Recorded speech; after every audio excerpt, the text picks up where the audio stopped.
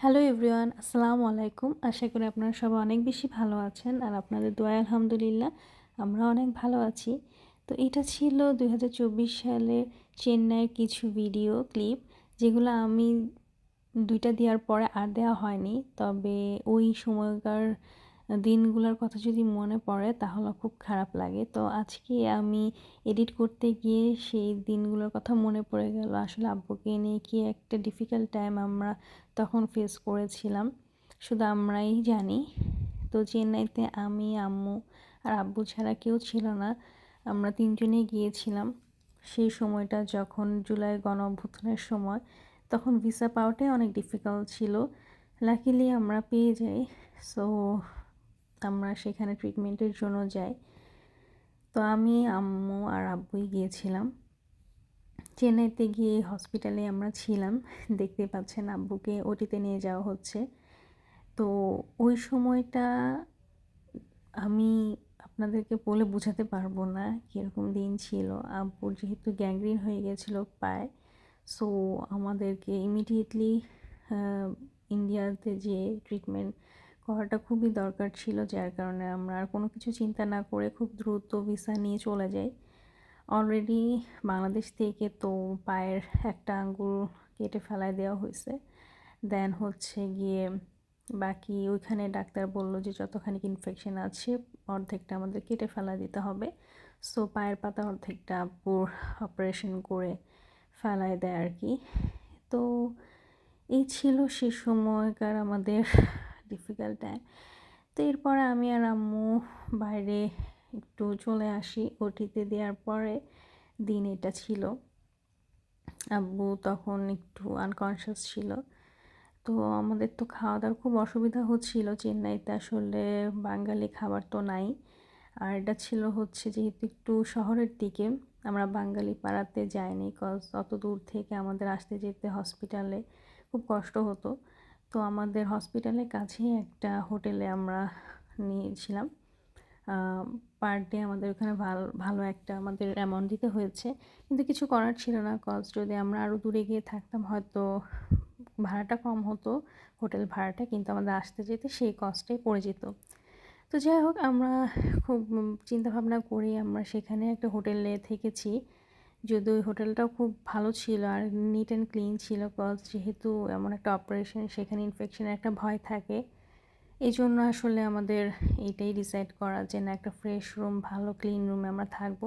তো এটার পাশেই যেরকম একটা সুপার শপ ছিল, যেখানে আমি আর আম্মু ফার্স্ট টাইম যাই, কজ কিছুই খুঁজে পাচ্ছিলাম না, কী খাবো না খাবো।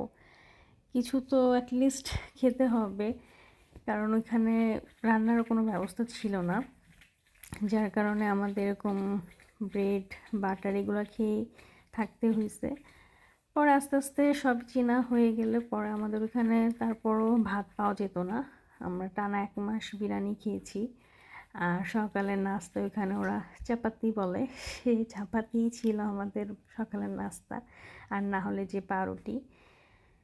তো এই সুপার শপটা দেখে বেশ ভালো মনে হয়েছে, তো যার কারণে আমরা এখান থেকে টুকিটাকি শপিং করে নিই।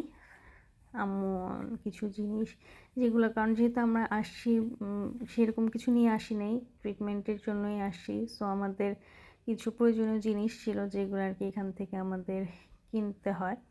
এছাড়াও আম্মু ভাবলো যে যেহেতু নিচ্ছি তো একবারে কমের মধ্যে কিছু এই যে এরকম প্লাস্টিকের মগ, প্লাস হচ্ছে গিয়ে কিছু বাটি, ঝুড়ি, এগুলোও নিয়ে নেয়। এই দুটো গ্লাস আমার কাছে খুব পছন্দ হয়েছে, কালার দুটোও সুন্দর আর বেশ টেকসই। তো ওইখানে চা খাওয়া, পানি খাওয়ার জন্য আসলে এই দুইটা মগে আমি আর আম্মু ইউজ করেছি মূলত। এছাড়াও কিছু শ্যাম্পু, সাবান কমের মধ্যে ছিল এখানে, যার কারণে একবার এখান থেকেই নিয়ে নিই। এরপরে আপনারা দেখতে পারবেন আরও আমাদের কিছু শপিং ব্লগ, যেটা আমি আপনাদের সাথে পরে শেয়ার করব।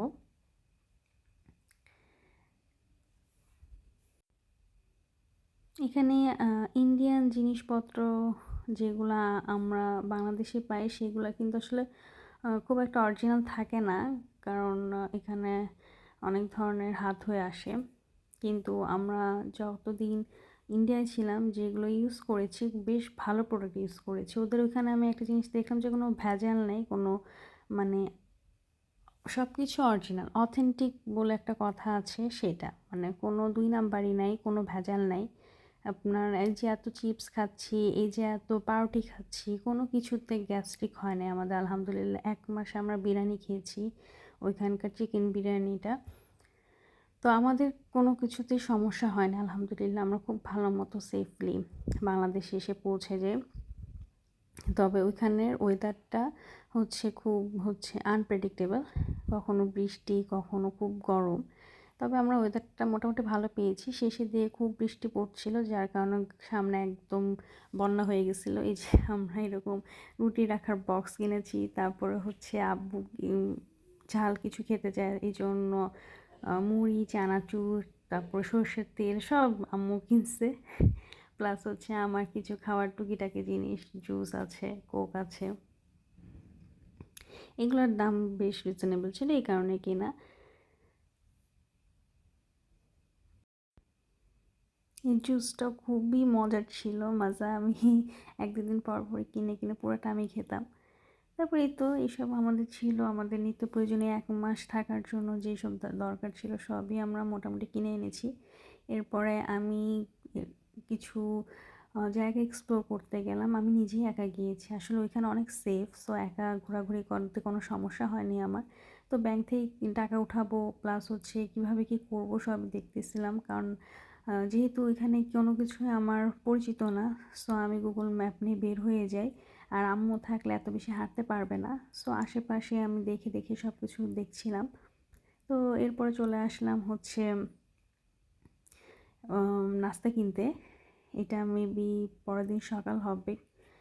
তো আমি কি খাবো যিনি জিজ্ঞেস করতেছে, ওরা কি একে তো হিন্দি পারে না, প্লাস ওদের মতো সাউথ ইন্ডিয়ান ভাষায় আমরা কথা বলতে পারি না, আবার বাংলা বুঝে না, আবার ইংলিশেও যে এরা তো আর অত বেশি ইংলিশে ভালো না। সো এদেরকে বুঝাই তো অনেক কষ্ট, বাট ওরা অনেক ট্যালেন্টেড, একটু ইশারা করলে বুঝে যায়। তো এরা ছিল বিহারি, তো মোটামুটি এরা হিন্দি এরা পারতো না, এর যে মালিক সে আবার মোটামুটি হিন্দি বলতে পারতো। সো এরা তো কর্মচারী, এরা তো অত বেশি কথা বলতে পারে না, বাট ওদের ইশারাই যথেষ্ট, এরা ভালোই বুঝে। আমি বলতেছি যে এখানে যে ওরা মরিচ দেয় না, হ্যাঁ নর্মালি করে ফেলে। তো আমি বললাম যে না, পেঁয়াজ মরিচ সবই দিবেন। তো তখন আর কি দিল, এই তো পরোটা, ওই যে পরোটা মানে চাপাতি ওরা যেটাকে বলে, আর ডিম নিয়ে নিলাম। ওদের খুব হাইজিন মেনটেন করে কিন্তু ওরা সব কিছু মেক করে। আপনারা দেখবেন যে এখানে কিন্তু খুব একটা ময়লা কিংবা অপরিষ্কার কিছু না। আমি যতবারই যাই, যেখানে বিরিয়ানিও কিনতে পাওয়া যায়, দুপুরে যে আমরা খাই এই আলমোঘল বিরিয়ানি, এইখান থেকেই খাই। হ্যাঁ, চিকেন বিরিয়ানি আমরা এখান থেকে 1 মাস খেয়েছি। তাহলে বুঝেন যে একটা মানুষ যে 1 মাস বিরিয়ানি খাওয়ার পরেও তাদের কোনো শরীরে খারাপ কিছু হয় নাই। না আমার আব্বু হয়েছে, না আমার আম্মু হয়েছে। আলহামদুলিল্লাহ আমরা খুব ভালো মতো এখানে জার্নিটা পার করতে পারছি, এটাই বেশি। এটা ছিল আমাদের হোটেল, এই হোটেলের সামনে এই রেস্টুরেন্টটা। সো সব কিছু কাছাকাছি হওয়াতে আমাদের জন্য খুব বেশি ভালো হয়েছে, যেহেতু কোনো ছেলে মানুষ আমাদের সাথে যায় নাই। আর আমাদের একা একা মেয়ে এত দূর থেকে আসাটা অসম্ভব ছিল, কজ বলা যায় না, যদিও অনেক সেফ চেন্নাই, বাট স্টিল আমরা একটু ভয় পাচ্ছিলাম। এই যে আব্বুর অপারেশন হয়ে গেছে, এরপরে একদিন পর পরই থেরাপি দিতে যেতে হতো, কারণ এক ধরনের অক্সিজেন থেরাপি ছিল, যেটা হলে আব্বুর শরীরে রক্ত চলাচল খুব ভালো হবে। তো এটা বাংলাদেশে তো না এরকম, ওদের দেখলাম যে খুব মেডিকেল ইকুইপমেন্টগুলো খুব হাইফাই, প্লাস গিয়ে ওদের সব কিছু অনেক আধুনিক। হ্যাঁ, তো অক্সিজেন থেরাপি 10 দিন নিলে যেটা হবে সেটা ভিতরে যে রক্ত, সেটা রক্ততেও অক্সিজেন দরকার হয়। তো আব্বুর শরীরে যেহেতু রক্ত এমনিতেই কম, প্লাস সেরকমভাবে রক্ত চলাচল হয় না, যার কারণে এই থেরাপিটা দিলে এই যে এই রুমের মধ্যে আব্বুকে এভাবে একটা পোর্টালের মধ্যে রেখে, যেমন এক্সরে মেশিনে থাকে, এমআরআই মেশিন যেরকম ভিতরে ঢুকাই দিতে হয়, সেরকম আব্বু থাকে 1 ঘন্টা ওই থেরাপিটা চলতে থাকে। সো এটা 10 দিন মতো চলছে। তো এই একদিন পর পর আমি যে থেরাপিটা দিতাম, প্লাস গিয়ে আসার সময় এখান থেকে আবার ওইখানে হোটেলে আবার পানি পাওয়া যেত না। সো এই যে এইখানে এই ফ্লোরে আমরা ছিলাম, এই ডান দিকের রুমটাতে, এই যে এই রুমটাতে আমরা ছিলাম। তো থেরাপি দিতে এসে এখানে আমি একটু বসে রিল্যাক্স করে, এখানে একটু ফাঁকা থাকে, প্লাস গিয়ে বাসার জন্য মানে আমাদের হোটেলে যেহেতু পানির ব্যবস্থা নেই, খাওয়ার পানি ওরা দুটা ছোট বোতল দিয়ে চলে যায়। সারাদিন তো পানি খেতে হয়, এই কারণে আমি এখান থেকে আবার পানি নিয়ে যাই। তো যাই হোক, এটা ছিল হচ্ছে আমাদের এন্ট্রান্সটা হসপিটালে, প্লাস পাশেই ছিল এরকম শপিং মল, যেটা হচ্ছে শাড়ির বড় বড় দোকান। তারপর গোল্ডের দোকান আছে ওই সাইড, ওই যে তারপর ওয়েস্ট সাইড নামে একটা মল আছে, এটাও অনেক সুন্দর, অনেক ভ্যারাইটিস কালেকশন আছে। তো চেন্নাইয়ের তো শাড়ি বিখ্যাত, কিন্তু আমরা তো গেছি মেডিকেলের জন্য, যার কারণে ওখান থেকে শাড়ি এগুলো কিছুই কিনতে পারিনি। স্বাভাবিক, এটা ছিল আমার আব্বুর hospital, laser and laparoscopic hospital, খুবই ভালো একটা প্রাইভেট হসপিটাল। পাশেই ছিল এইচডিএফসি ব্যাংকের বুথ। সো এখান থেকে আমি টাকা উঠাই যতটুকু দরকার ছিল, বিকজ আশেপাশে থেকে উঠানোর একদম হসপিটালের পাশেই ছিল বলে ভালো হয়েছে, দূর থেকে টাকা নিয়ে আসার কোনো ভয় ছিল না। এমনিতে তো সব আমার কার্ডেই ছিল, কার্ড পাঞ্চ করে দিয়েছি।